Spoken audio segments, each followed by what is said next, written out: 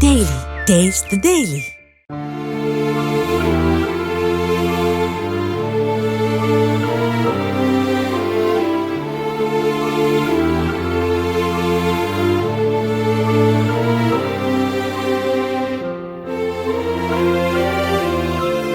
திருவாலாங்காட்டில் இருசக்கர வாகன விபத்தில் மூளைச்சாவு அடைந்து உறுப்பு தானம் செய்யப்பட்ட சிவக்குமார் என்ற ஆட்டோ ஓட்டுநரின் உடலுக்கு அரசு மரியாதை செலுத்தப்பட்டது.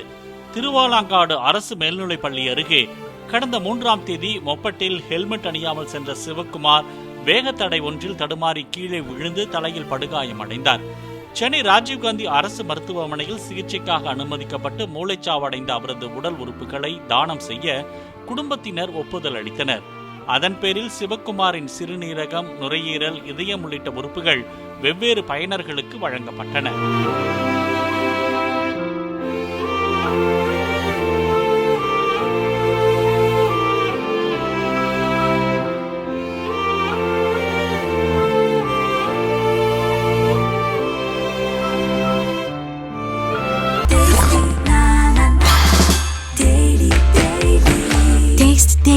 Taste the Daily.